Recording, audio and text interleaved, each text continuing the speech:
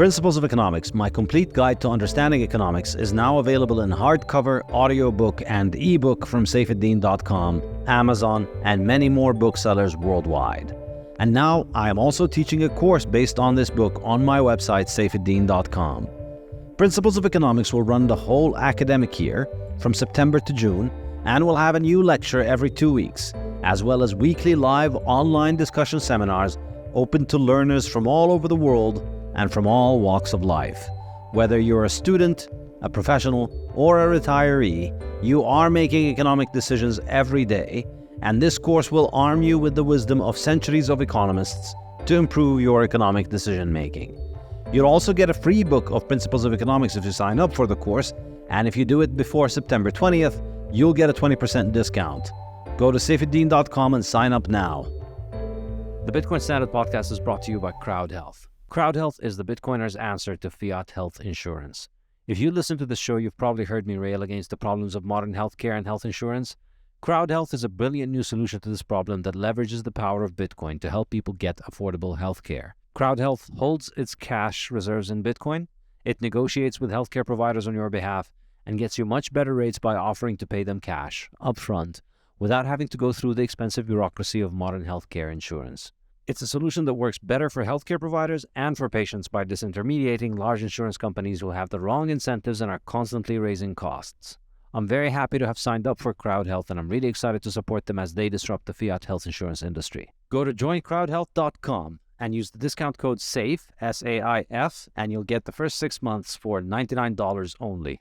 Coinbits. Coinbits is a great way to introduce your pre-coiner friends and family to Bitcoin. Get them set up in under a minute and help kickstart their journey by turning everyday spare change into Bitcoin. This Bitcoin-only app takes the uncertainty and fear out of Bitcoin saving by rounding up debit and credit card purchases to the nearest dollar, then using the difference to buy Bitcoin. Set it, forget it, and let the app automatically tax your high-time preference spending by saving the hardest money ever. Want to save in Bitcoin faster?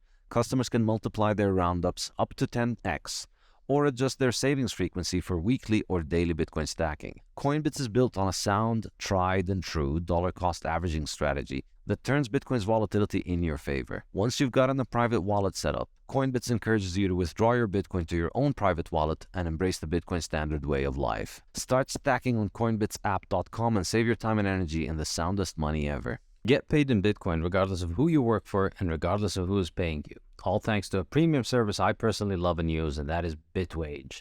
Thanks to Bitwage, I receive my book's royalties in Bitcoin. It is cheaper, faster, and easier. It is a true set-it-and-forget-it system, and Bitwage has been offering this premium service since 2014. Anyone can sign up and use it right away. No restrictions or limits, fully non-custodial. You can even split your incoming payment. Get part in Bitcoin and part to a bank account you specify. It could not be easier, and I cannot recommend Bitwage highly enough. Go to bitwage.com and sign up now and get paid in Bitcoin with your next payment or salary. This is London Real. I am Brian Rose. My guest today is Saifedean Ammous, the entrepreneur, economist, and author. You were the professor of economics at the Lebanese American University for 10 years before you began teaching the economics of Bitcoin in the Austrian school tradition. In 2018, you wrote the best-selling book, The Bitcoin Standard, the decentralized alternative to central banking. And in 2021, The Fiat Standard, the debt slavery alternative to human civilization. You've recently been named as economic advisor to El Salvador's Bitcoin office by President Nayib Bukele, and you are the host of the hugely popular podcast, The Bitcoin Standard. Your latest book, Principles of Economics, explores in detail how human civilization depends on capitalism. You believe that Bitcoin is a tool for freedom that acts as a form of protest against the predatory policies of governments and central banks. Saifedean, welcome to London Real. Thank you so much for having me, Brian. That introduction basically says everything. Thank you. Fantastic. Really excited to have you on and go deep on these. You know, we've talked to a lot of people over the last couple of years, you know, deep into Bitcoin, and it feels like you're kind of the missing piece. So it's going to be great to hear. I saw pictures of you at Bitcoin Miami hanging out with Mr. Saylor and a bunch of the other people that have been on the show. And I really like a bunch of the things that you say. I wanted to kick off and just say this appointment to El Salvador, you know, can you tell me what it means to you and what El Salvador is doing that the world should understand? That's kind of what I'm curious if you could explain to people. Yeah, so in the Bitcoin Standard, I make the case for Bitcoin as a monetary asset. And I think a lot of the early analysis of Bitcoin was focused on understanding Bitcoin as a payment network. So people thought Bitcoin is here to replace Visa, MasterCard, Western Union, PayPal, these kind of essentially payment technologies. And the argument that I make in the Bitcoin Standard is that Bitcoin is not competing with these things in as much as it is competing with the underlying monetary assets that can be run on these things. In other words, you could actually have Visa, MasterCard, PayPal, and Western Union use Bitcoin. They are not competitors. They are orthogonal to each other. Bitcoin is out there competing with the currencies of central banks and with the payment rails of central banks for final settlement. And the other aspect, of course, is that Bitcoin is competing with national currencies and national bonds as the asset that people hold for saving. So historically, people used to use gold for saving. Then they used to use gold-backed currencies. Gold-backed currencies became highly inflationary, and the alternative is bonds. And people thought that, bonds offer a yield that allows you to beat inflation. But I think recently this has become pretty difficult to achieve because bonds yields don't beat inflation in real terms. And so I think Bitcoin offers an excellent alternative to that because it is an asset that is strictly scarce. In other words, there's no ability for anybody to make more than the 21 million that will only ever exist.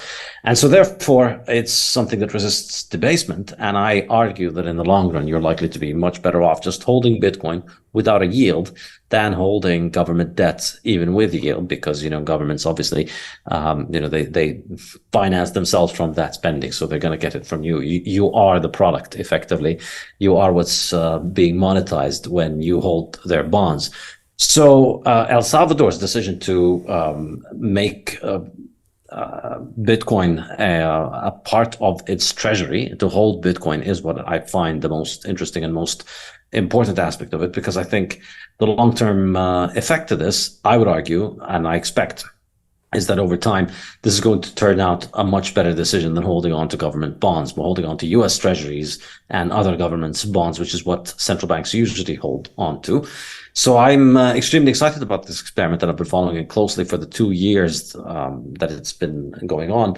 And so recently I got invited by Max and Stacy. You know them, our common friends, the legends. They're working with the Bitcoin office in El Salvador. They invited me to go there and give a lecture to young El Salvadorians who are working on developing their skills as Bitcoin programmers. So I gave a lecture, and I also had the pleasure of meeting President Nayib Bukele. And they offered me the chance to work with the Bitcoin office to be an economic advisor for them. So, and I, of course, jumped on the opportunity because it's watching my ideas come into life is an extremely exciting thing, and I'm really looking forward to it. And I think, El Salvador is an extremely exciting country at this point. It's astonishing what this president has achieved. He's got something like 92% approval rating, because primarily not because of Bitcoin, I would say. Bitcoin's effect is still barely felt in the country, and I think it's a much more of a long-term play. But he's managed to fight a war against the gangs, and you hear about wars against gangs, but usually these things are turned into intractable, bloody affairs. But it was an incredible, decisive victory, and the result is that El Salvador now is one of the safest countries in North and South America, in all of the Americas. And it's truly exciting, and it's amazing when you go there. People would not leave their homes. People had no social lives. People could not walk in the street. The downtown was a war zone, deserted place where people wouldn't want to venture at night. And now people walk around, people have their kids out. Somebody was telling Max that they have a problem now, which is that their house is too big. Back in the days of the gangs, everybody was always stuck at home, and now everybody's always out enjoying the weather in the mountains and the beaches of this amazingly beautiful country. And so it's a really exciting time to be there. And I'm really looking forward to working and trying to help them out with their Bitcoin policy. Yeah, that's an amazing success, and those gangs down there are no joke. So the fact that he's had that success is incredible. And if you've ever gone to a place like Dubai, you know, you can see how much the citizens and the visitors there, they cherish. I mean, the thing about Dubai is that everybody who visits there it feels like they're employed by the tourism board, because they all tell you how safe it is, and you can plug your mobile phone in and no one's going to steal it a day later, and which is all true. And it makes it just a nice place to be, good for families. And look, I was at Consensus in Austin, Texas, and I can't say walking downtown there was the safest place in the world. So you make a good point. Yeah. Maybe it's safer than even places in North America these days. So no, that's exciting. And to watch, you know, a president, you know, really enacting out some policies and economics that you talked about in a book, that's pretty surreal, isn't it? It's like maybe we are living in a simulation after all for you to be working there. So that's excellent. 10 years ago, Max Keiser came on my show to talk about Bitcoin.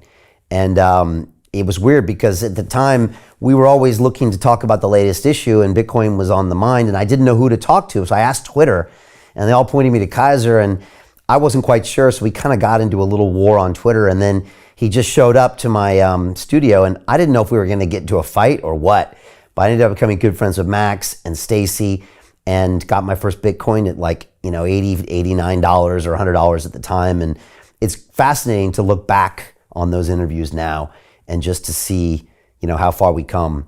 And I guess maybe how far we have to go to a certain extent.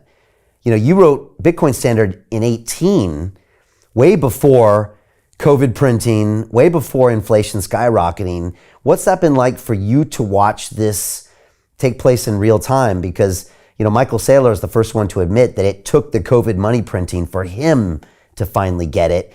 You know, you were calling this years before that.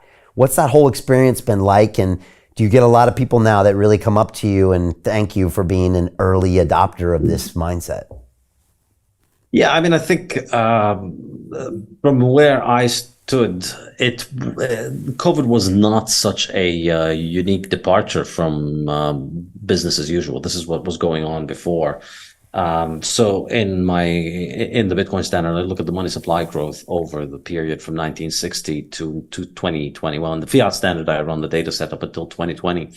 And you find that the average national currency, or the total of all national fiat currencies, has grown at around an average of 14% per year over 60 years, which is a very high supply growth rate.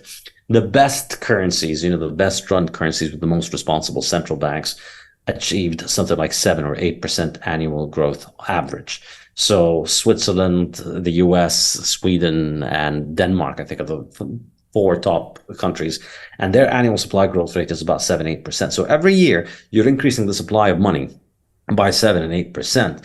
Now, most people are told, well, you know, you buy bonds and then you invest in stocks and you're able to beat inflation. And up until 2020, that was kind of a tenable lie because inflation was given as CPI, and CPI is, I believe, a completely broken metric. It's not wrong. It's invalid. And if I were to summarize the problem with it, is you measure with CPI, you try and measure in price inflation based on people's expenditures, but of course, people's expenditures themselves are determined by inflation, by the purchasing power of their money. So it's a circular way of measuring things. It's like an infinite loop in Excel where you're referring one cell to the other. So the problem basically is if your money is devalued, you can't just increase your spending. People's expenditure doesn't go up to match the devaluation because they don't have enough money to spend it. So let's say if you're buying beef every day, and this is and you say you pay $10 for the beef that you buy every day, and then there's a ton of money printing, and then the price of beef doubles. Well, you know, when the price of beef doubles, your income is not going to double immediately. So you're still earning the $10 that you were going to spend on buying the beef, but now you can't buy beef because beef has doubled in price. So what do? You have to make do with cheaper substitutes, soy or some other inferior substitutes, and you still spend the $10. So the basket of goods has not, the amount of money that you spent has not changed. And so for the last 50 years, since 1970, we've had this phenomenon where people have been substituting cheaper substitutes for the things that they want.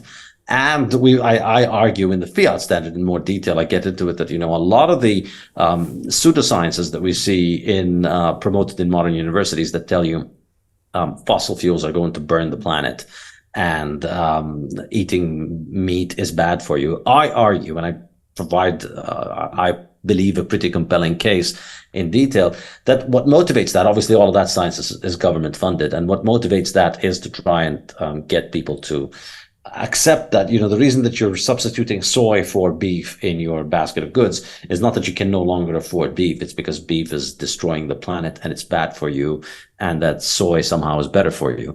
And so we are constantly being forced to substitute cheaper alternatives, and that makes the CPI look better. That makes the CPI look much better than it is. It looks like we only have 2-3% inflation per year. Well, it's not true. It's only 2-3% because people can't afford to buy the same things that they were able to afford to buy earlier.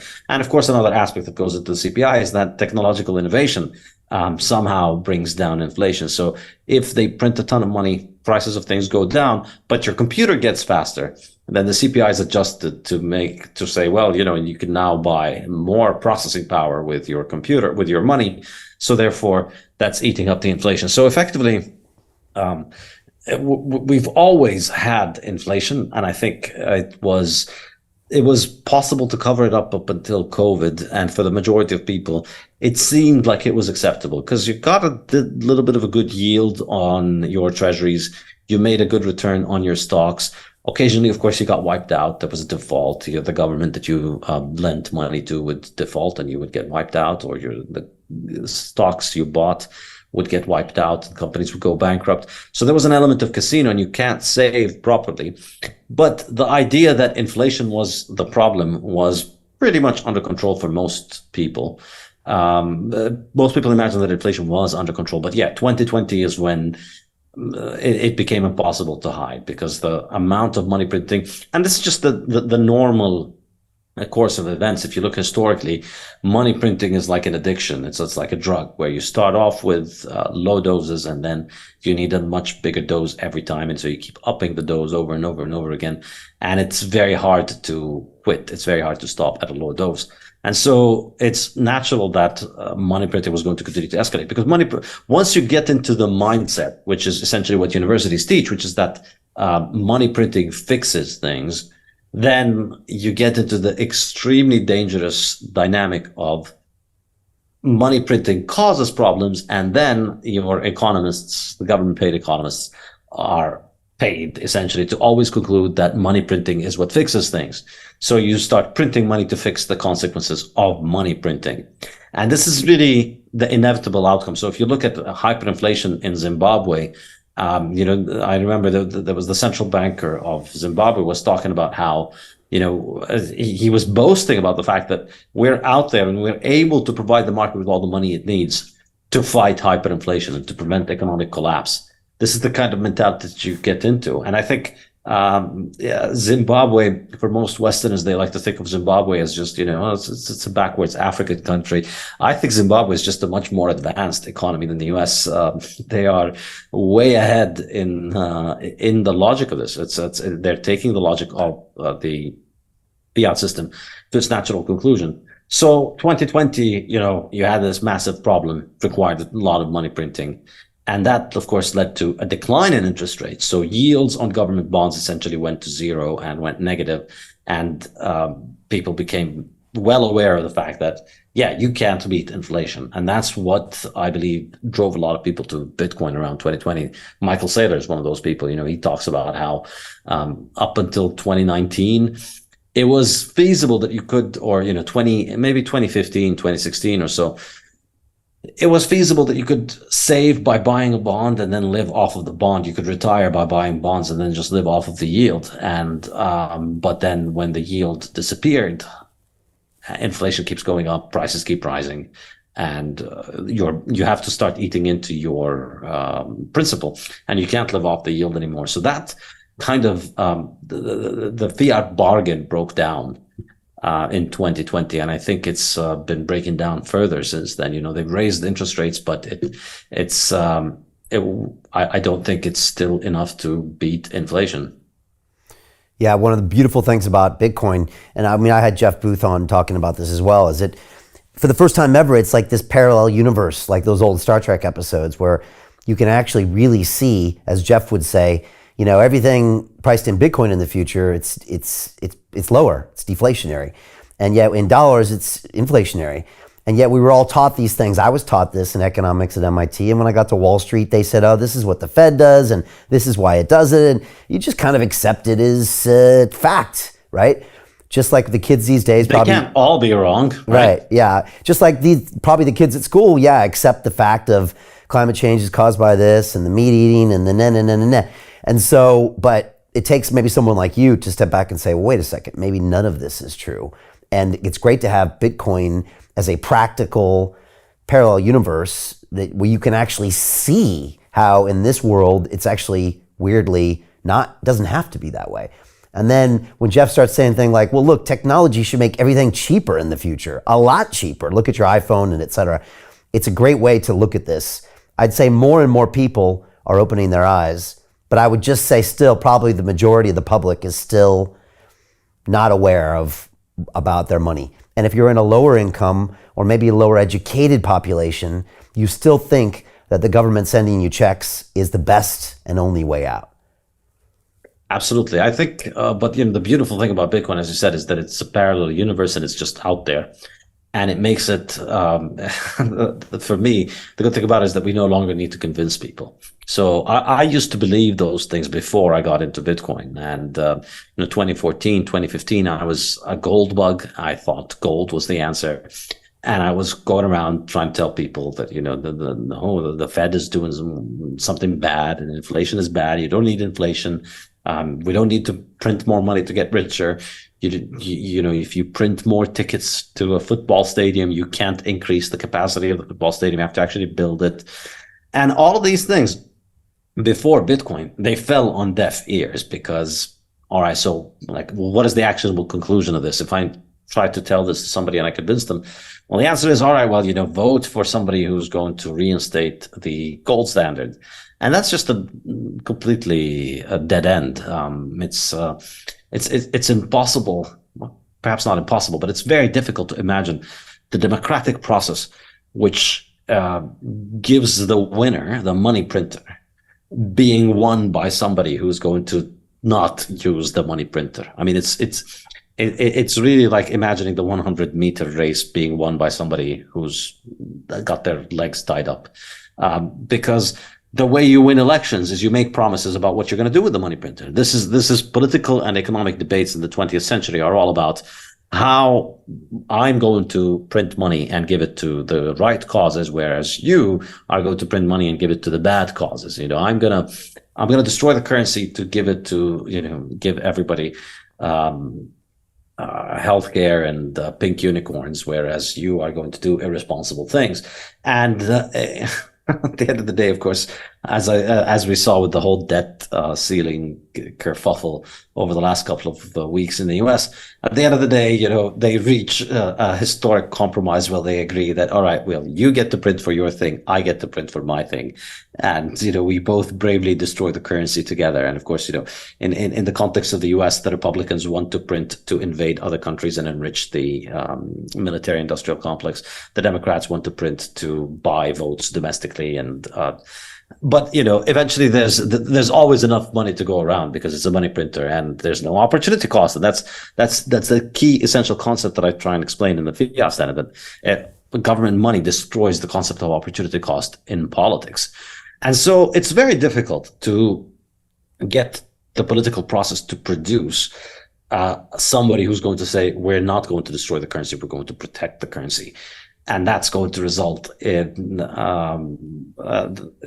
something that can vindicate the ideas that I have. So up until Bitcoin comes about, it's a very lonely, desperate struggle. And then Bitcoin comes about, and you no longer need to convince people. And as a lot of Bitcoiners on Twitter like to say, have fun staying poor. If you don't want Bitcoin, if you don't agree with Bitcoin, if you don't like Bitcoin, continue to use your local government's scam money, continue to hold government bonds, continue to get wiped out, put your money in banks that go under, put your money in fractional reserve Ponzi schemes, and enjoy poverty. That's really the only working alternative to Bitcoin, as I like to call it, is poverty. The only working alternative to Bitcoin is that you're going to have your money destroyed by a government that can print it. And we no longer need to convince people of this anymore, because now Bitcoin does the talking for us. Bitcoin today, of course, for the Bitcoin haters, Bitcoin's always crashing because it's always not, or for the vast majority of its life, it's not close to its all-time high. And so they're always looking from the bottom, from the top down, and saying, well, it was a 69 and now it's a 27, so it's failed. Yeah, but it was a 69 for a few days, that it was in the 60s and 50s and 40s for a few months. But for the 14 years of its existence, the vast majority of the 14 years of its existence, it was way under 27,000. So for the vast majority of people who had bought Bitcoin at any point, they've done much better than any other alternative. So if you look at any kind of time frame that's longer than 3-4 years, basically Bitcoin outperforms pretty much everything.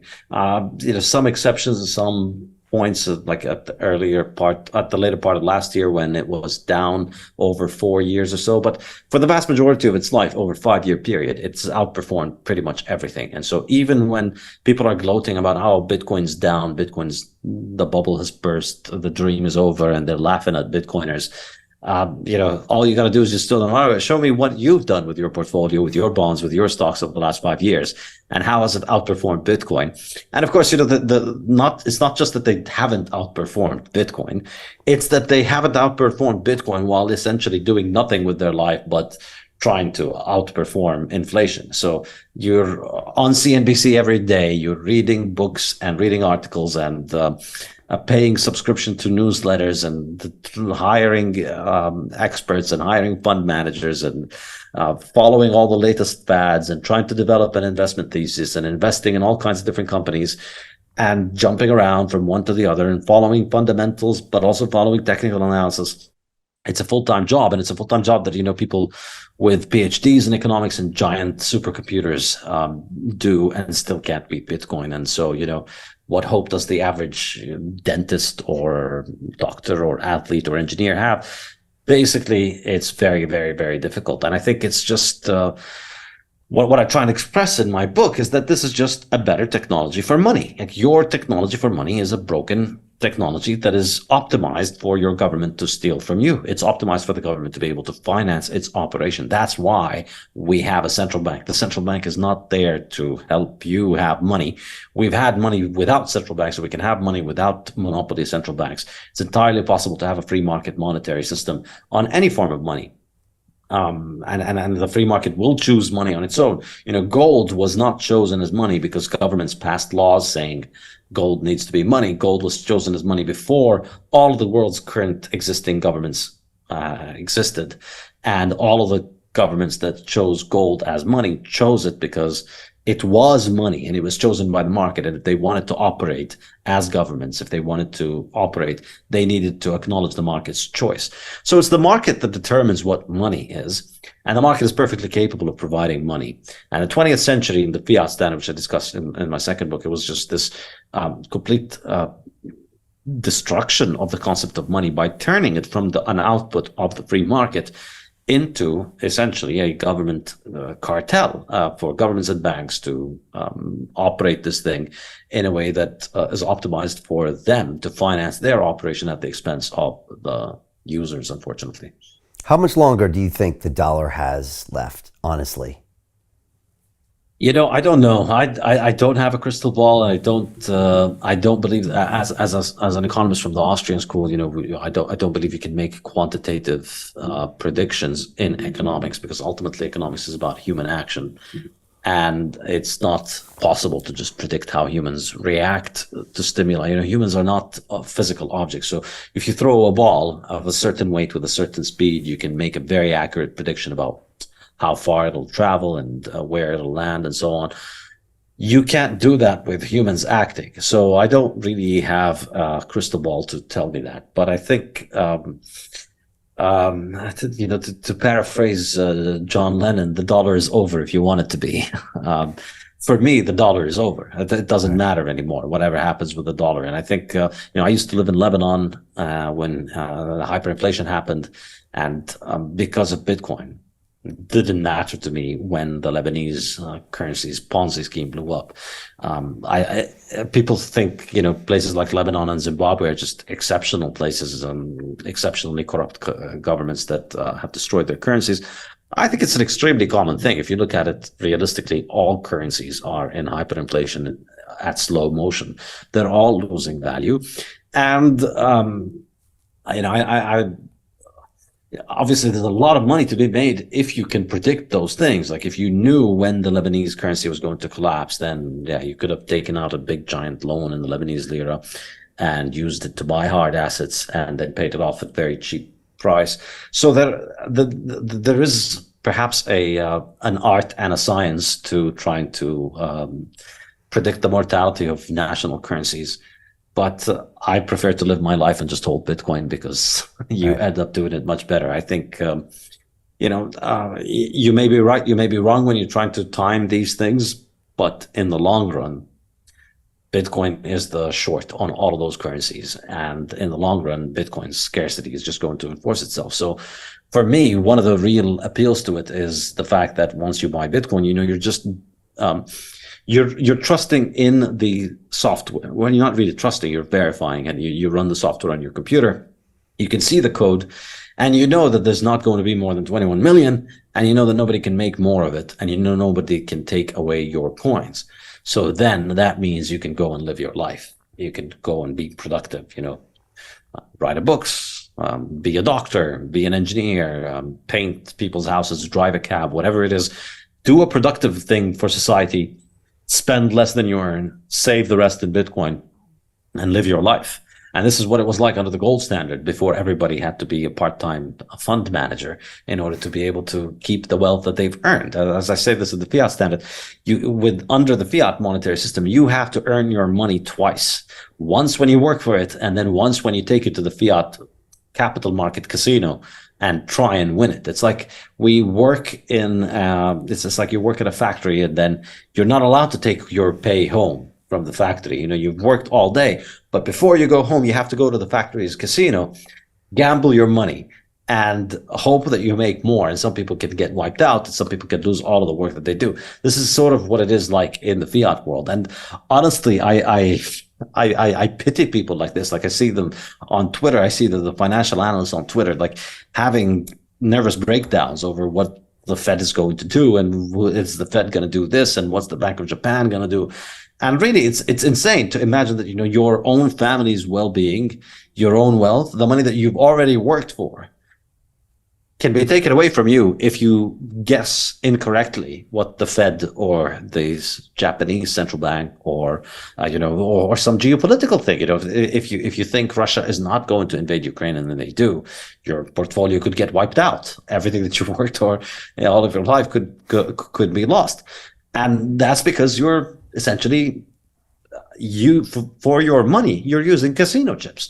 You're using casino chips, and the only way that you can spend that money is to have to go through the blackjack table, and you have to go through the roulette, and you have to go through all of those games, and you have to master all of those games. It's like an obstacle course to try and keep your money, and because it is optimized to take your money away from you.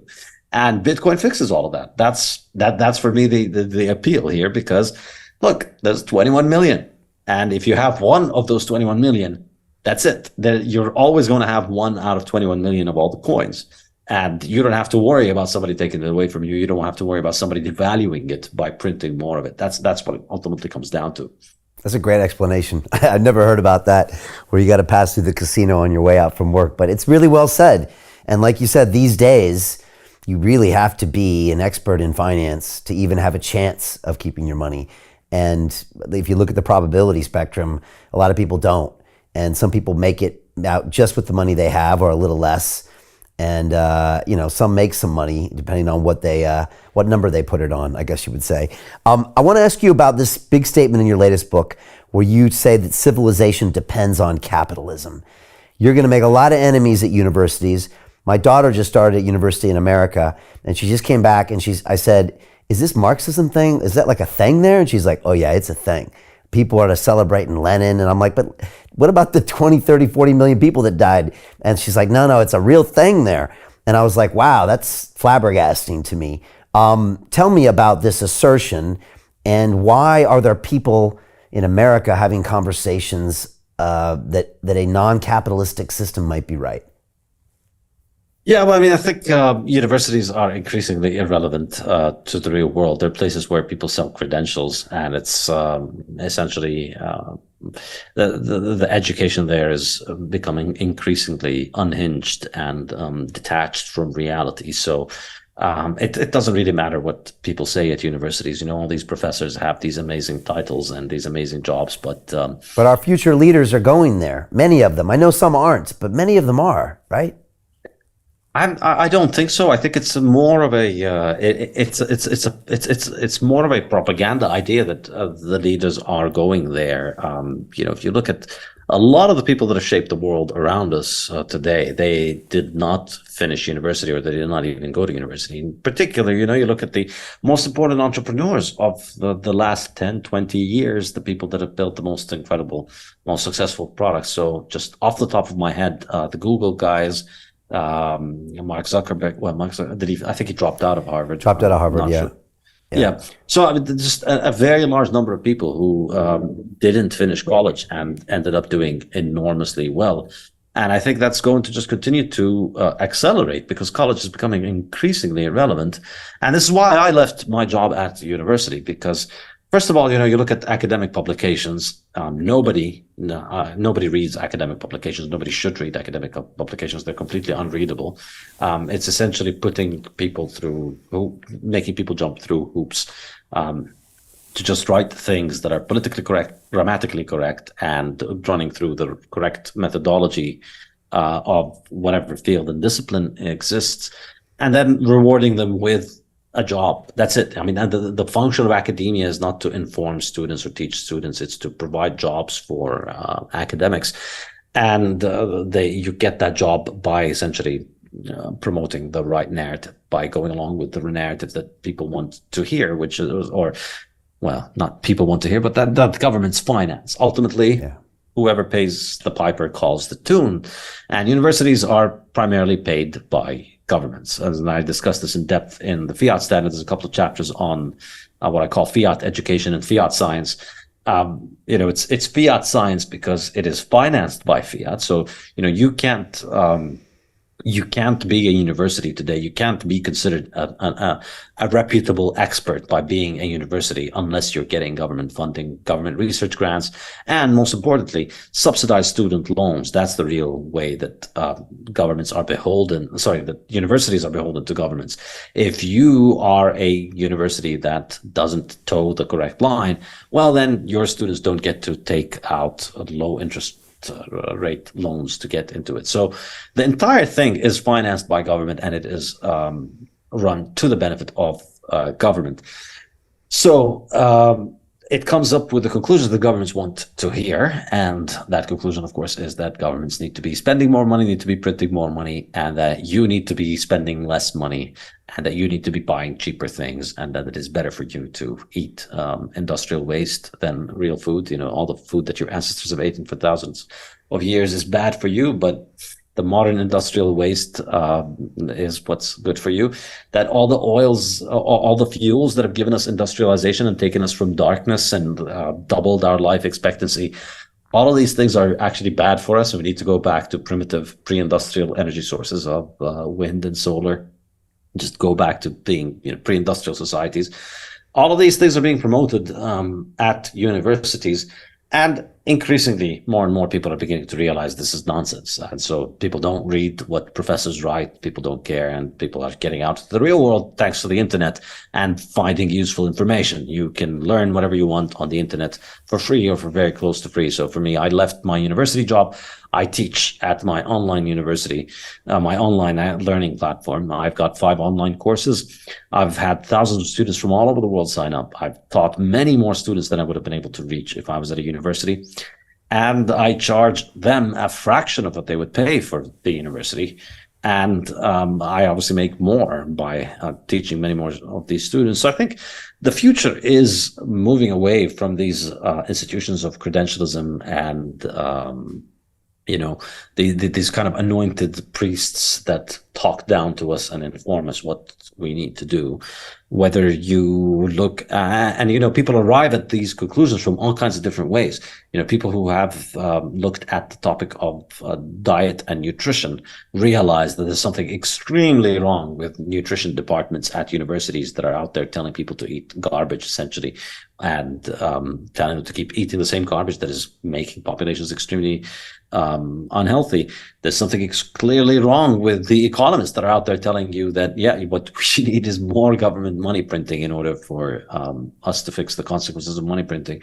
And so from various fields, people are arriving at the same conclusion. And I think that the importance of the university is becoming less and less and less. And for me, I'm not interested in reforming the university system. I'm not interested in debating university professors. The university professors themselves, of course, are also not interested in debate. They are not. Effectively, the way to succeed as a university professor is not to be part of any kind of intellectual, any honest intellectual pursuit or any attempt to try and arrive at truth. The way you succeed as a professor, the way you make it to the top, the way you become the recognized authority is to toe the party line, churn out unreadable garbage papers that nobody reads, but that arrive at the same conclusions that everybody wants. And so there's very little interest in engaging with this. So very few people from academia have attempted to critique any of my work, even though, my book, The Bitcoin Standard, might be the economics book that has the highest number of ratings and reviews on Amazon. So it's got something like 6,500 reviews, which is, I've looked around. There might be a few other economics books. Obviously, in business, you have a lot of books that have a lot more, how to make money and those things. Obviously, these will outsell this. But you would imagine if my book was, if these people were interested in honest intellectual debate, they'd want to take on this book that is achieving this high level of popularity and try and argue with it, try and debunk it, try and embarrass it, try and show the world that I am a crank. But there's very little interest in it. There's very little interest in honest intellectual debate, and that's fine. I love that quote by Buckminster Fuller that you don't destroy something by arguing with it. I forget the exact quote, but you replace something by building something better. So I'm not interested in arguing. I'm interested in just writing to readers. I'm not interested in getting jobs at prestigious universities and winning awards and any of that nonsense. I like to write for readers, and I like to I'd like to teach students directly. And so, that's sort of an answer to a small part of your question, which is why about the universities. But do you want me to get into the topic of the book? It's a shame about university because I had an amazing experience. I went to MIT and I got to learn all these great engineering concepts and fluid dynamics, and I took some finance courses at the Sloan School. And for me... What kind of engineering did you do? Mechanical engineering. So, I did mechanical engineering too. Oh, there you go. Great minds, right? But I still remember learning thermodynamics and fluid dynamics and, from some of these amazing professors. And I lived in a fraternity house with a bunch of guys. And, there was no agendas being pushed back then, or at least at MIT. So I got out and I felt like I had really been learning in a place, it's engineering too at the end of the day. So you can't really divert it too much. And so it's a shame that people can't get that experience these days. But maybe you can't anymore in a university, Yeah, but you can do it online, and Yeah. I mean, I think this is really why the reason the university is becoming more and more unhinged in a sense is because it's becoming more and more exposed, and so it's difficult to maintain the standard narratives, and so people switch away from them. But you can learn whatever you want online, so. Um, it's kids today have it much better than we did because they can learn anything online almost for free. I mean, for instance, look at the example of Saylor University, Michael Saylor, of Bitcoin fame. He's got, I think 50 years from now, Michael Saylor will likely be remembered more for his website, saylor.org, which I believe is an absolutely amazing website, which is a university, essentially an online university that offers university courses for free for anybody in the world. And if you pay a small fee for somebody to proctor you, you can get a degree. And this essentially allows people to get a degree for a tiny fraction of the price of a regular university by utilizing online education.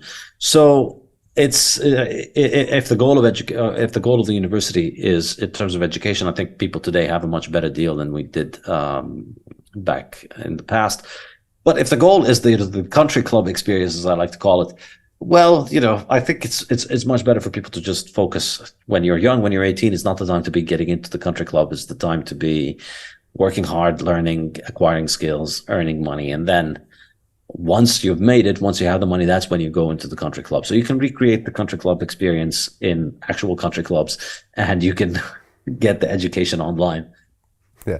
Point made. All right. Why does civilization depend on capitalism? When my daughter goes back to uni in a couple of months, how can she tell her friends on the dorm that Marxism doesn't work? Why? Well, I mean, look, this book is pretty thick. It's 420 pages. Principles of Economics. It's just fresh off the printer. And that's Beautiful. Kind of the punchline. Like, there's 420 pages to lead up to this punchline. So I'm going to take a deep breath here, try and summarize the whole thing, and I hope I do it justice.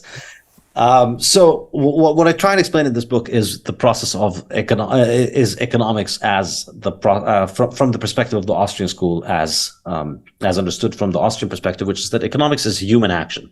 Economics is about humans acting.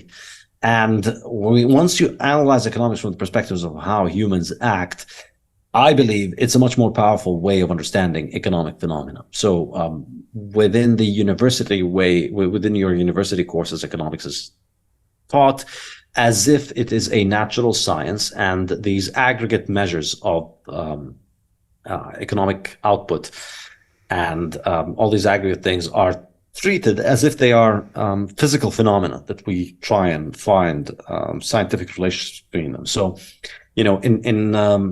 in physics and chemistry, you have a container, and if it has there's a law that links the pressure to the volume to the temperature, and there are constants that are natural constants that you could use, and you can calculate these, and you can run these numbers on any gas in any container, and the ideal gas law, as it's called, will always hold. And so modern economics that's taught at universities attempts to apply that to economic phenomena by measuring aggregates and by then trying to establish those relationships, with hilarious consequences, obviously, because it never works. You've never been able to establish an ironclad rule of economics that says, if unemployment goes up by 3%, then inflation will go down by 2% and GDP will go up by 0.15% or whatever it is. We've never been able to establish any of these things as a law like you can in the natural sciences. And for mainstream economists, this is approached from the perspective of, we're trying and we're getting better at it, and we want to make economics more like physics, and it's, hopefully in 50 years we'll be able to do that.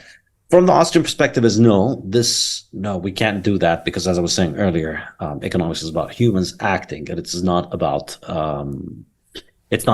material things. What drives economic phenomena is the action of human beings. In fact, all of economics is about value. It's about how human beings make decisions about the value of different things.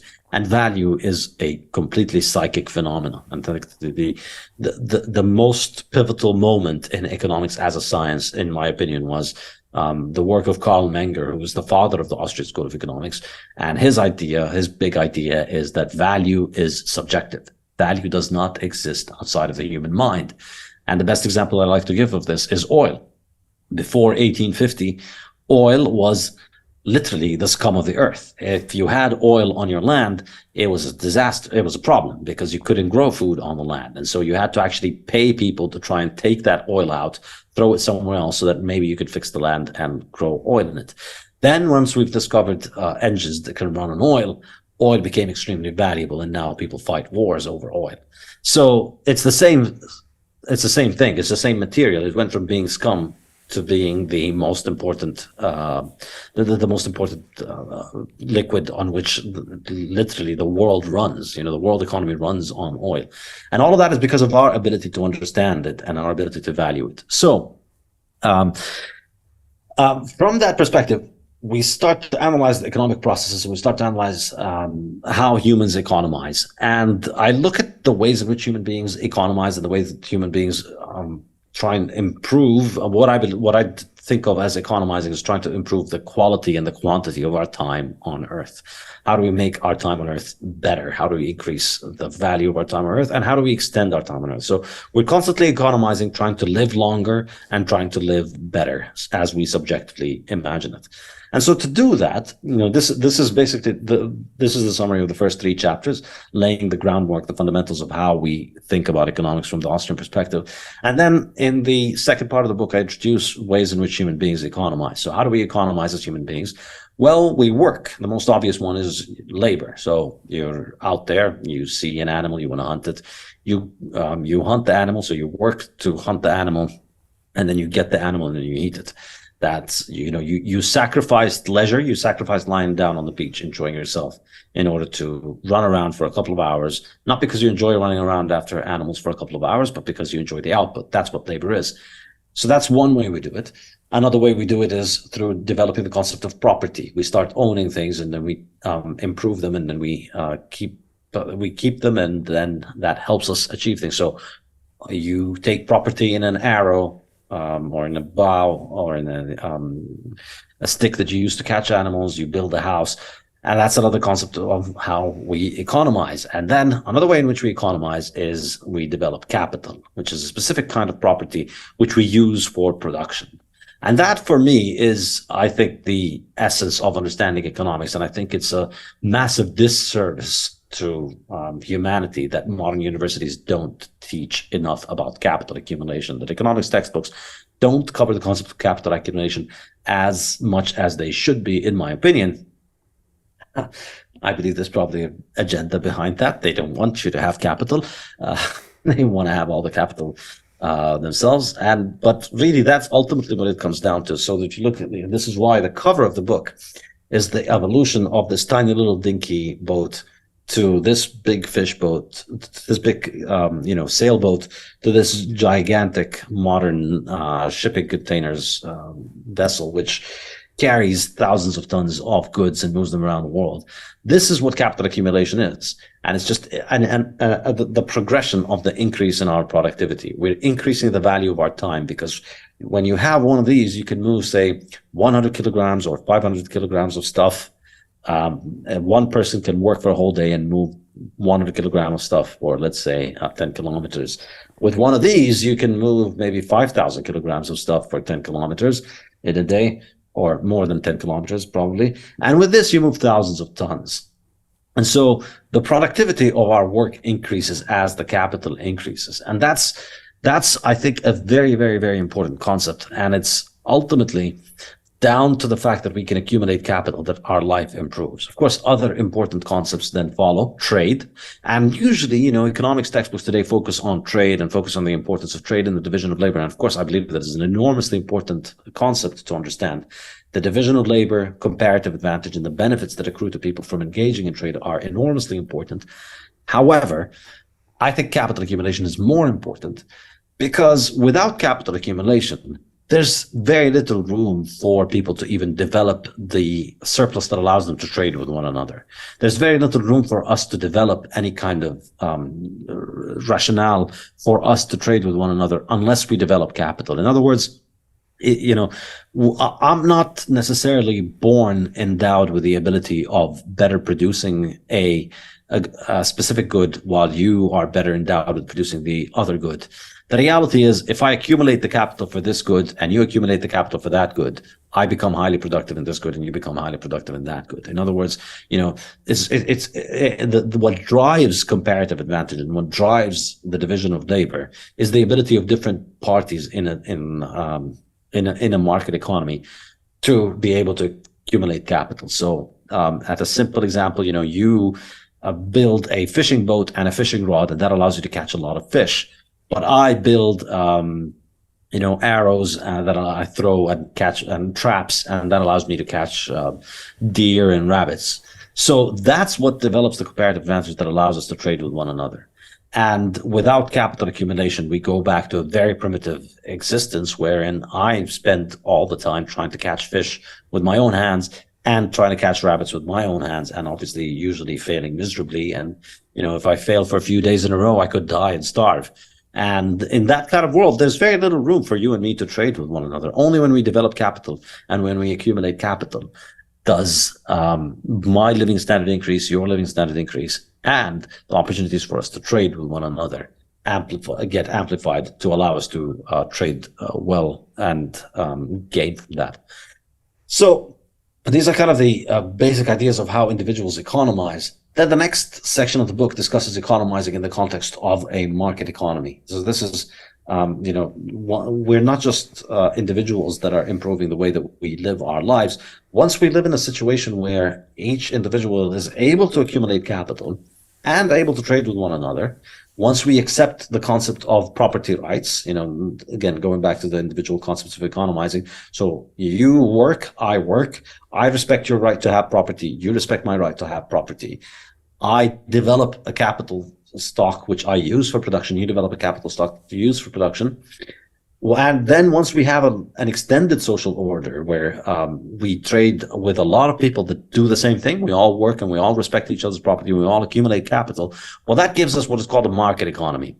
And that is our superpower as a human species. That is what separates us from animals. And that's what makes us so powerful. That's what makes us able to defeat all other animals on Earth. This is why lions are much more powerful than us. Gorillas are much more powerful than us. And yet we put them in cages. They don't put us in cages because we have a market economy. We specialize in producing things. We accumulate capital and we get better at economic production over time. And we keep accumulating more capital and increasing our productivity. And that's what makes us so powerful. That's really ultimately the application of our reason to the process of economizing within a social order in which we accept each other's right to property and we accept each other's right to accumulating capital. That's what makes us a super species, essentially. That's what sets us apart from the rest of the animals. And that is what capitalism is. To come back to the punchline, essentially, that's what capitalism is. So people generally, have all kinds of weird definitions of capitalism. And generally today, capitalism just means everything that I don't like for most people who go to universities.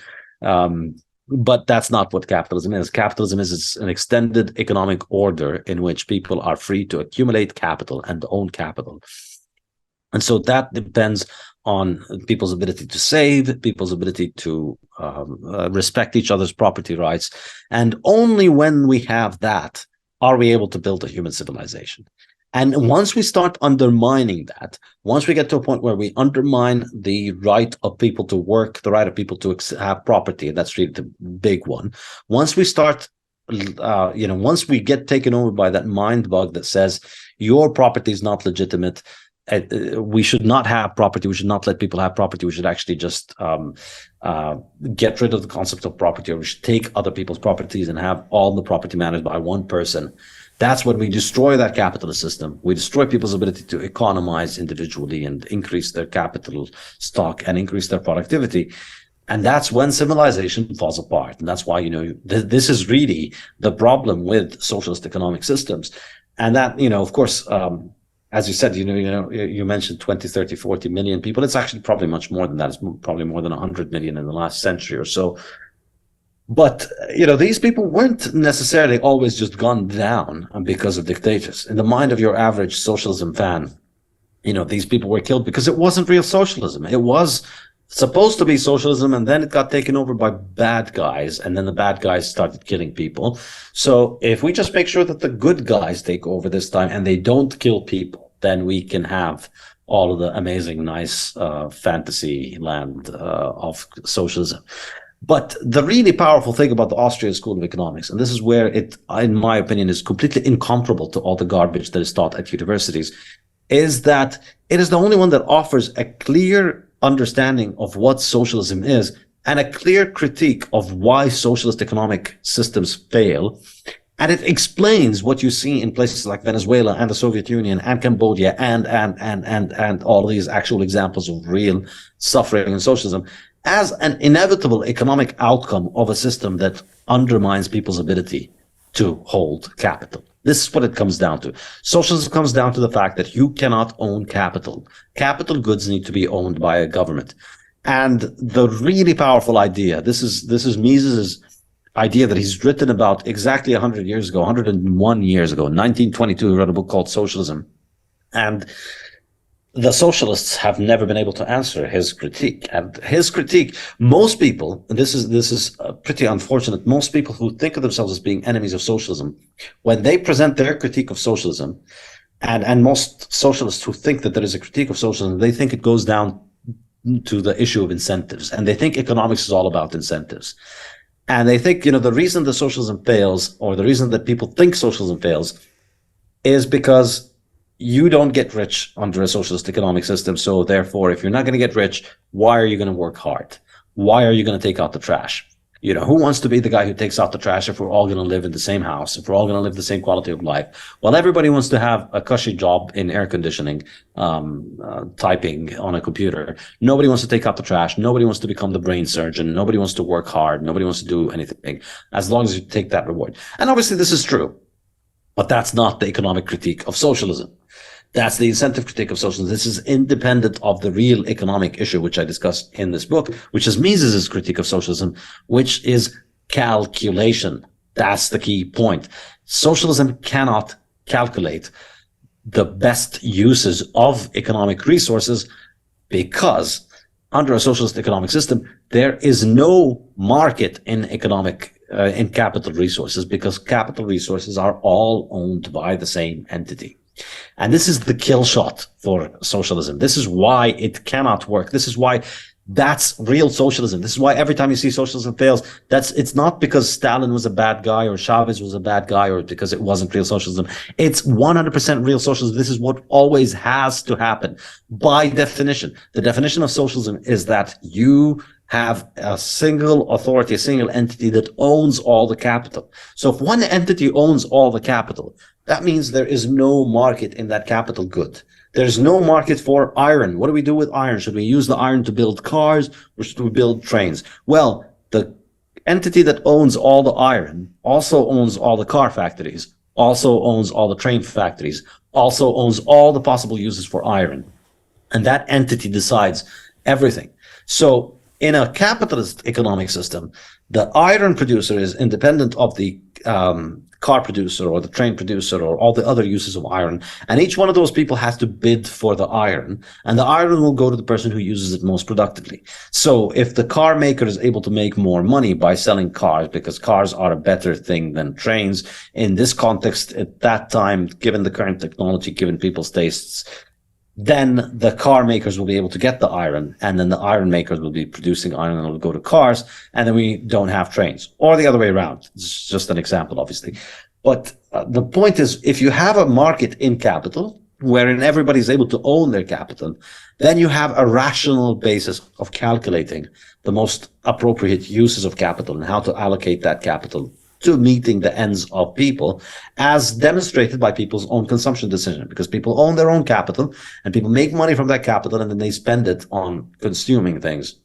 So when you take that away, when you take the ability of people to consume and produce and accumulate capital, and you make that all centrally planned, and you have just one single authority that is in charge of determining what gets used where, you are going to arrive at the inevitable outcome of socialist economic system, which is economic collapse and the destruction of capital. This is a really key thing, that the capital stock itself collapses. And this is why, if you look at the collapse of the Soviet Union, it was not an incentive problem, because the incentive problem that we mentioned earlier was solved very effectively. Yeah, you wouldn't get rich by not working hard in a communist system in Russia and the Soviet Union. But guess what? If you didn't work hard, you got sent to the gulag. That's a very, very strong incentive. So it wasn't absenteeism that destroyed communism. It wasn't that everybody stopped going to work. It wasn't that everybody was lazy. People were going to their factories because if they didn't go to the factory, they'd get shipped off to the gulag. People were going, they were turning up. But what were they doing there? Nothing. Why? They were playing with rust, essentially. The capital stock itself rusted because the iron that was given to the train factory could not be used in the train because they miscalculated the amount of rubber or nickel or whatever it is that they used with it. And so they couldn't make the trains without those things. And then the iron rusted. And so the car factory was falling apart. The train factory was falling apart. The iron mine was falling apart. And all of that was falling apart, not because Stalin was a bad guy and not because there was bad incentives. Because without the ability of people to own capital and without having a free market for the allocation of those resources, you are unable to allocate those resources properly. And capital is a living thing. It's good to think about it as a living thing. It's like a fish in water. If you take it out of a market economy, it stops being capital. It's like taking the fish out of water, it'll die. And once it dies, it just becomes rust. It falls apart. And so that's, I know I've gone on for long, but this is a lot shorter than the very elaborate case that I try and make here. That really, if we want to live in a life that is different from basically monkeys slinging our feces at each other in a jungle, our only hope to do that is through the system of an extended market order in which we accumulate capital and in which we have free market and capital. Yeah, it's really well said. Funny enough, I actually just finishing Homo Deus by Yuval Harari, and that's just one of his final conclusions, is that these are information processing is what these different types of governments do, and exactly, the capitalistic one allocates everything efficiently. But I love your concept of everything rusting, because it's all going to the wrong places, and not only is it not useful, it actually just decays, and then you have a complete loss of capital. So in a long enough timeline, all of these things will fail. And that failure might manifest itself in all sorts of different scenarios and oppression and famine and whatever, but it's going to fail because of the information. You're not getting the real-time correct information at the end of the day. I'm really hoping all these university students will watch this.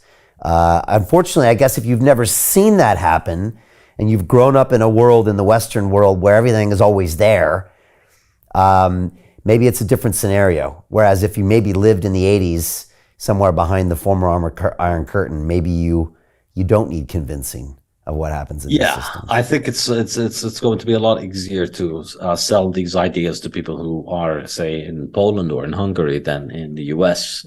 But the way things are going, I mean, look, you're graduates from MIT this year. Like, put yourself in the shoes of somebody who's just graduating MIT with the same degree that you got.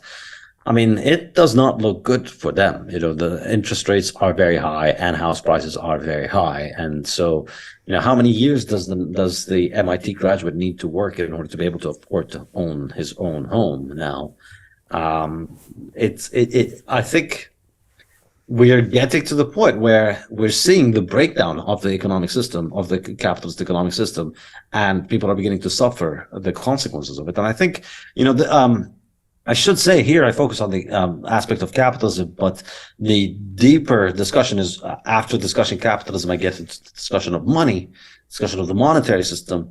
And I think the way that the threat of capitalism is really being materializing in the modern world is through the central planning of money. It's socialism in capital markets themselves. It's socialism in the money market that is at the root of the problem. It's really the fiat monetary system that is the threat to our civilization. And so generally, the people tend to think that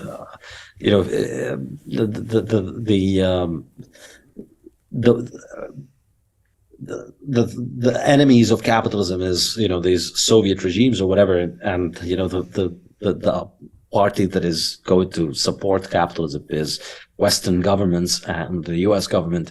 Well, in this book, it's kind of the argument that I make is really it's modern central banks and modern governments in the West, in supposedly capitalist economies, that are actually the real threat to capitalism, because the central planning of money is slowly creeping into the central planning of everything. Right. And it's destroying our ability to have a market economy. And that's essentially destroying our ability to have civilization. And you see this in the civilizational breakdown we see around the world. We see conflicts increasing. We see people's quality of life deteriorating in many places. And I think there's a lot to be pessimistic about. But I end the book on a positive, optimistic note, which is that, look, ultimately, capitalism, I believe, wins because the people who adopt capitalism are just going to have infinitely superior technologies and tools to fight others. Effectively, if you're going to destroy capitalism, I mean, the only end state that you could get to is essentially, and if you really want to be truly an anti-capitalist, the only way that you can do that is to, if you hate capitalism, you can't own any tools. Like you can't even own, you can't even own a spear to hunt rabbits, because that's capitalism. Like if you take a tree branch and you sharpen it and you make it sharp and then you throw it at a rabbit, that's a capital good. You're a capitalist. So if you really want to be, if you really want to be consistent and honest about your opposition to capitalism, effectively, the only way that you can do it is you need to go back to essentially being a monkey slinging your own feces at other people. That's the only kind of weapon that you would have to fight capitalism if you wanted to really be consistent about it. And and that's not something that you need to do in order for, I'm not asking you to do that because, well, hey, if you're anti-capitalism, then you should really not use the products of capitalism. It's not a choice. If you're destroying capitalism, if you're fighting capitalism, you are going to end up being a monkey slinging your feces in the jungle. You're going to destroy your ability to build anything more sophisticated than swinging feces at other monkeys. If you don't have the ability to live in peace in a civilized system with other monkeys, where you respect each other's rights to maintain your spears, respect each other's rights to accumulate capital, you're not even going to have spears, and you're going to be slinging shit at each other. And and that's going to make you very, very, very easy prey for anybody who, and any group of people that are able to continue to live in a capitalist system where they let themselves accumulate spears, accumulate computers, accumulate modern machinery and modern weapons. So that's why, ultimately, I'm optimistic about it. And that's why really Bitcoin is the punchline of this, of the final punchline of the book, is that ultimately I think, we've faced threats from bears, from lions, from nature, from storms, and we've managed to, as a species, as a civilization, we've managed to defeat those things because of our ability to accumulate capital and because of our ability to come up with ideas and technologies, another topic I get into in depth in the book. And I believe we currently face a similar, much more formidable threat than bears and monkeys and rain and storms. And that threat is a monetary system that's destroying our ability to have economic calculation, that's destroying our ability to accumulate capital, that's destroying our ability to save. But guess what? We also have a lot of machinery, we have a lot of brains, and we have a lot of ways of figuring things out, and we are figuring out a way around it. I think Bitcoin is that way around it. Is Bitcoin then the true embodiment of capitalism somehow? I absolutely think so. I think the biggest problem that capitalism has faced over the last century, since 1914, since World War I, has been the fact that the entire planet has had a centrally planned monetary system. We've had monopoly banks and monopoly central banks in charge of money, which is one half of every economic transaction. So we've had essentially 50% capitalism at most, Right. because we have capitalism in the goods and services, but all of these goods and services are traded for a form of money, which is centrally planned. And sometimes it's centrally planned very badly, and sometimes it's centrally planned only slightly badly. But over time, as I was saying earlier, the natural progression is that it just continues to get worse and worse and worse. And that's socialism in disguise, basically. Any kind of central planning is socialism. Exactly. Okay. Got it. So the pure capitalism from 14 has been slowly diluted over the past century to where now it's 50-50? Who knows? Yeah, I mean, it's a difficult question to answer in terms of where it is. And I think, the more central banks are, the more central banks matter, the less of a capitalist economy we have. I think it's absolutely absurd that, on that Tuesday when the Powell comes out and makes his announcement and announces what he's going to do with interest rates. I think the fact that exists is just absolutely insane. And I think one day people are going to look back, once we're through with this insane nightmare, people are going to look back at this as being the equivalent of, child sacrifice. Like, it's just insane. Why do we have an economy of 8 billion people trading with one another, buying and selling things? And all of that depends on this guy in Washington or New York or whatever he is. I don't even follow Feds as a spectator sport anymore. This guy deciding if it's going to be 0.25 or 0.5 or 0.75, or if it's going to keep it constant, or if he's going to take it down. Like, it's just insane. Why should my life be affected by this? Why can't I choose to opt out? And, with Bitcoin, you can. Before Bitcoin, you couldn't. Before Bitcoin, you couldn't for very, very real technical reasons. Like, there was, the money is not just something that you use to get rich. It's a tool for, as I was saying earlier, for economic coordination. So you wanted to trade with anybody outside of your country. If you wanted to send money abroad, the only way that you could do that is to go through your local central bank. That's it. Before Bitcoin, there was no alternative. You had to go through your central bank. And if you wanted to use banking services, you had to go through your central bank. And so you had no alternative, but now we do. And I think it's really, I think Bitcoiners are going to be the forefront of this revitalization of human civilization. Not, not for any reason more sophisticated than the fact that we have a functioning technology for money, whereas everybody else is using essentially primitive slavery system for money. And correct me if I'm wrong, but your book kind of asserts that capitalism will always prevail. In a long enough timeline, it is, because it's an expression of the DNA of humans. And so in some way, shape, or form, the emergence of Bitcoin or something like it was almost inevitable. I mean, I don't use the term an expression of the DNA of humans, but I think it's, I wouldn't say inevitable, but I think, I like our odds for the simple reason that, as I was saying earlier, capitalists have capital on their side, and anti-capitalists have the destruction of capital. I mean, if this centralized planning of money is not processing the information in the most efficient way, then you would argue that it's going to break down and not function correctly at some point in time. And something more true will replace it. And in this case, it seems as if that's Bitcoin.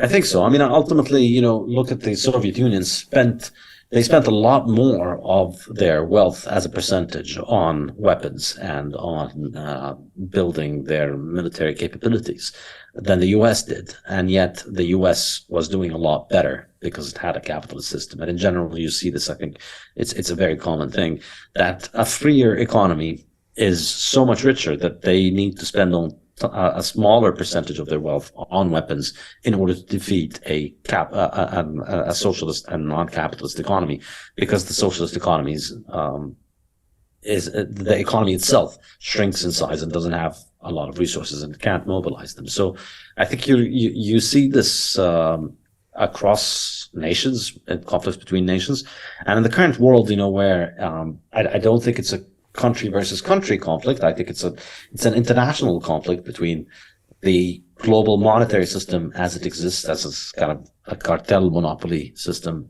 versus free human beings who just want to be free, civilized, productive, and peaceful. Yeah, people always forget one of the most important ways humans communicate with each other is by transacting with each other. It's actually a form of culture as well, or the procreation of culture. Look, since I got an amazing economist with me, I've got to ask you about artificial intelligence, which in my opinion should be your next book, but that's another story.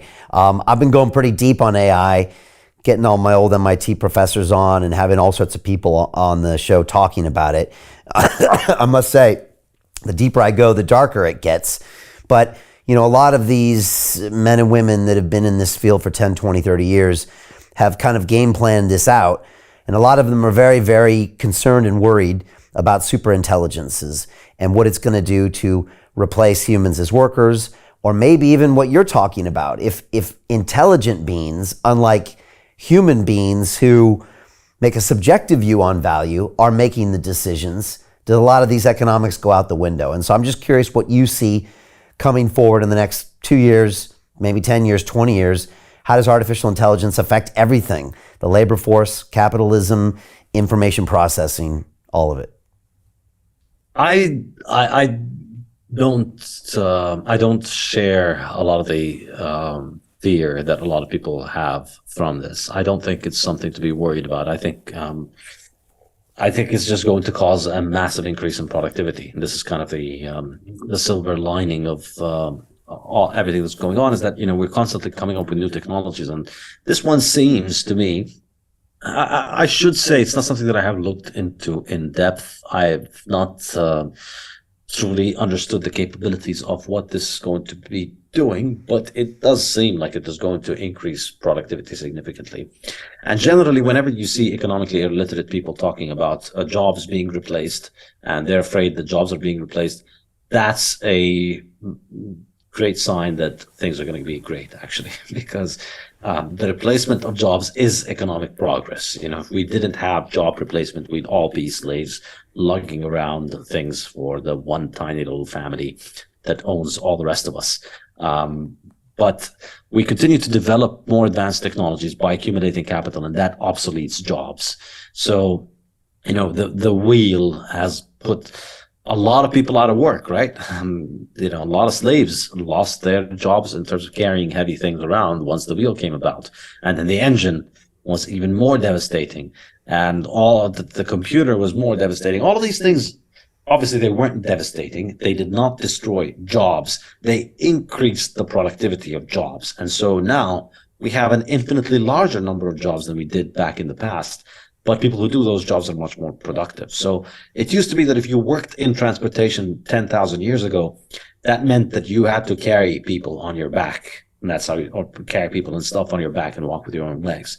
Today, you work in transportation, you drive one of these giant shipping vessels, and you move enormous quantities of things at a much, much, much, much higher productivity. Or you design one of these boats and you make a lot of money by designing it, because it's going to be a boat that's going to operate for decades, and you're building something that's extremely valuable. So there's always, amongst people who aren't very good at thinking about things economically, there's always this hysteria about increasing productivity, putting us out of work. And, the famous Luddites who went around destroying sewing machines 200 years ago. And of course, the Luddites par excellence, and like the world champions of economic illiteracy, are the Marxists, of course. Karl Marx himself was an idiot who thought that all of these machines are going to cause catastrophe for society because they're going to put workers out of business. Well, here we are 200 years later, and, people in Britain, where he was writing, quality of life and standard of living and productivity have increased enormously. And anybody who wants to find a job basically can find a job. If there is an unemployment problem, it's a function of current monetary policy and current labor market things. But, it's not like the textile machines of 200 years ago really did create an unemployment problem. So I am firmly in the camp that AI is just going to increase productivity enormously. And so, yeah, it might mean that your job is going to be destroyed, but if you want to think of it this way, it's a very, very limiting way of understanding things. Your job is not going to be destroyed. The productivity of your job is going to go up 10, 20x. And your job is to figure out how to do your job with the help of AI so that you can increase its productivity. At the kind of more deeper philosophical level, I tend to just, I also don't worry about this being dangerous to us for the simple reason that all of these things are inanimate machines. And so we've had these kind of, all these kind of artificial landmarks in the progress of AI being placed. And at every generation, we hit one of these, and then people say, all right, well, the machines are going to take over. And then lo and behold, the machines don't take over. So we come up with another metric. So passing the Turing test, or Deep Blue beating Kasparov in chess, or recently there was the game of Go, that a computer managed to win the game of Go. So there's always these metrics that once a computer is able to do this, then they're going to go Terminator and kill us all. I don't believe that is the case, and I think my argument for it is that all of these things are ultimately inanimate material objects that have a switch and a power plug, and somebody needs to plug it. And I think the way that I like to think about it is that ultimately you need to have a will in order for these things to take over and to act on their own. And they don't have a will because they are not living things. So you talk to ChatGPT and it looks like you're talking to somebody, and it's, obviously it's much more capable of conducting a conversation because it, as you can ask it any question, it will answer much faster than any human being will know. So in a sense, it does just look like it is more intelligent, but ultimately there's no living thing there, and so it doesn't have a will of its own. And that for me is extremely important, because ultimately everything that is not a living thing, that does not have a will of its own, is just an inanimate tool in the hands of humans that have a will, that are living things. So it's all hammers and nails and machines and cars and computers. And, every stage of human advancement, people get freaked out by what machines do. We freaked out at the car, we freaked out at the textile machines, we freaked out at the computer, we freaked out at the TV, and now we're freaking out at a chat prompt that can basically Google the internet and construct it into, it's a language model essentially that can construct answers to you in a very direct way. I think over time that hysteria is going to subside, and I think ultimately my view, and my view ultimately comes down to the fact that since we are living beings, these things are not living beings. They are just going to always remain machines that are subject to our will. They're not going to take over. And the reason I say that, the reason I can say that with a certain degree of confidence, is that ultimately we have never been able to invent artificial life. We talk a big game about our technological progress. ChatGPT can do this and it can do that, and the machines today do this, and the computer does that, and the textile machines do this and that. We talk a big game about our progress, but you know what? We have never been able to make an apple out of anything other than an apple seed. We've never been able to make any living organism out of anything other than the same living organism. There's no way of making an apple. There's no way of making an amoeba except from another amoeba. There's no way of making a human being except from another human being. There's no way of making a tree leaf, just a simple tree leaf. We can't make it out of anything except on the same tree. And, ultimately you could take the tree leaf, you could take the apple, you can take the amoeba, you can take the human being, put it in a lab. You can study all of its contents. You can study all of its chemical ingredients, and you can reformulate it. But you can't make an apple. You can't recreate an apple. You can't make a living apple that people can eat synthetically. Obviously, there's all these idiotic press releases all the time about making synthetic meat. It's just garbage. It's industrial waste, and they're going to trick you and tell you it's synthetic meat. It's just going to be another industrial poison that people are going to eat and get sick from, and Bill Gates is going to get very rich from it. But we're not able to create artificial life. And that for me is the key thing. Since we cannot make artificial living things, everything else is just an inanimate machine that has a plug that we can unplug. That's ultimately what it comes down to. It's not going to have a will of its own. It's always going to be subject to, connecting the thing into the socket. And yeah, you can program one of those machines to do evil things, to do bad things. You can make a weapon that can kill 1 million people. You can throw a giant bomb at a population center and kill people. You can program a machine to go around and perform. Some of these robots can go around and kill people, but it's not going to be the robot that's going around killing people any more than it is the gun that shoots people. It's somebody's going to pull the trigger. Somebody's going to program that machine. So as long as it's not a living thing, then it's just going to be a tool in somebody's hand. And whatever damage it does, there's going to be somebody responsible for it. Because as long as it's not a living thing, it doesn't have a will of its own. And we are nowhere near inventing artificial living things. Even though we could take living things into a lab and break down their ingredients and study them very well. We can reproduce every single one of the ingredients that make an apple in a laboratory.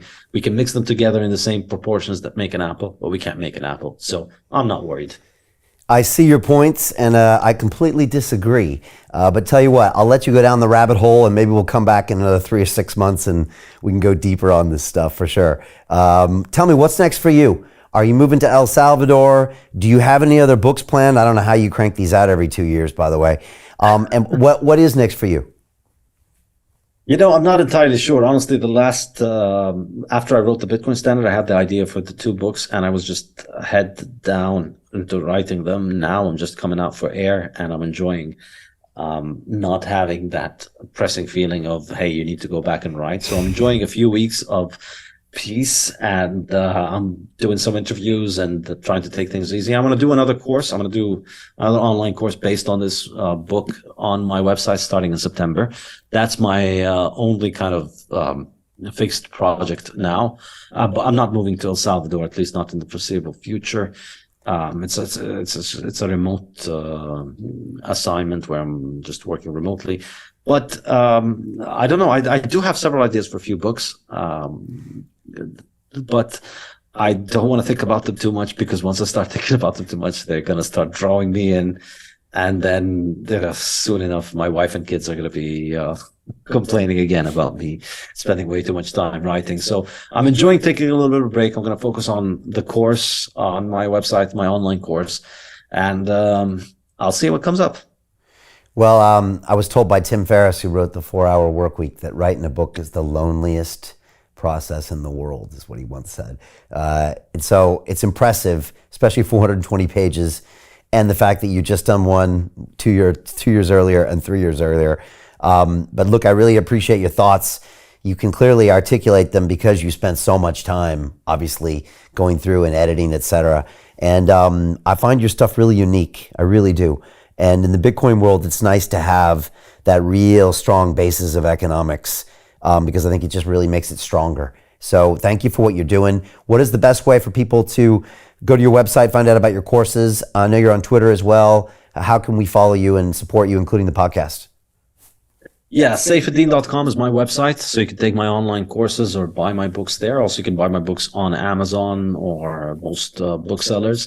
My podcast is the Bitcoin Standard podcast. You can listen to it wherever podcasts are listened to, or also watch it on YouTube. And I'm on Twitter. That's where I do most of my prolific internet output. You can see me engaging with fiat people and fighting with them all the time. At Saifedean is my handle. Basically, Saifedean, the spelling of my name, pretty much on most platforms. If you just put that in, you will find me. Be careful of impersonators. There are a lot of impersonator accounts that send out scam information. But yeah, my courses on my website and my podcast and my Twitter, I guess. Fiat people. I like that. The book is Principles of Economics. They can find it at booksellers online, I'm guessing, as well, and probably your website too. Really appreciate this. If anybody out there knows someone that's making arguments for communism or socialism, just have them listen to that 20 minutes that you talked about. I think it's an incredible argument for it. So thank you for doing what you're doing. I appreciate that, and we'll see you in 6 months, and we'll have a deep conversation about AI. All right? Appreciate you. Thank you. Awesome. Thank you so much, Brian. Take care. All right. Take care, everybody. We'll see you next time on London Real. Bye.